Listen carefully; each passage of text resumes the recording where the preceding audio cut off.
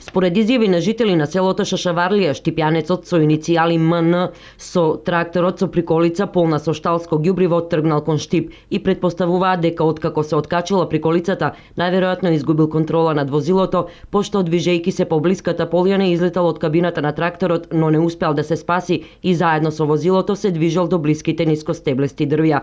При успорувањето МН се нашол под едно од тркалата кои се уште биле во движење, каде како што велат очевидците се наоѓал околу час и половина, додека не успеале да го изгаснат возилото и да повикаат брза помош. Кажа ми, девотето, вика оди, вика надува. Ја доваѓам, тракторот работи, врте врз него. Само искаси го тракторот и почека. Ама додека се собраме мина еден саат, многу време мина. Потргнаме го, повлечеме го, назад он беше под тркалото, тркалото он беше на средината.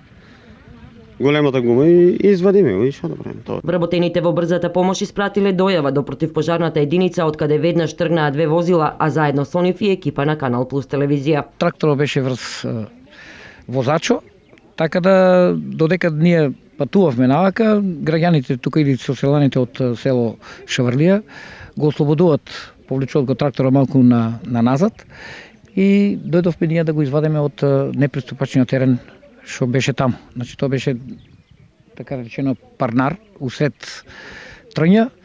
Успеавме да го извадиме, забрзо, кратко траеше интервенцијата, докторката си презема нивната работа, ние нашата работа. Ние дојдовме две возила и 7 души пожарникари.